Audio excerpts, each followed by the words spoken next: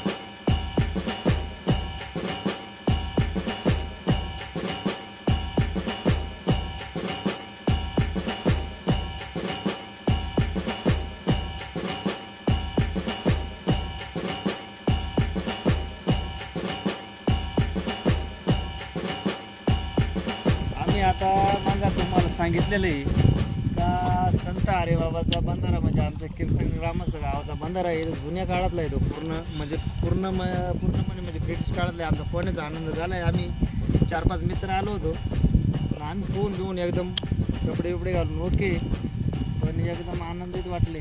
पाणी याला देवनं दिलं एकदम छानपैकी. आणि इथं आमचा या देवनदीतून पूल जायला इथून आपला पाटाचा पूल एकदम तिथून ते दृश्य तुम्हाला पाहायला वेगळं, पण एकदम छान आहे ते.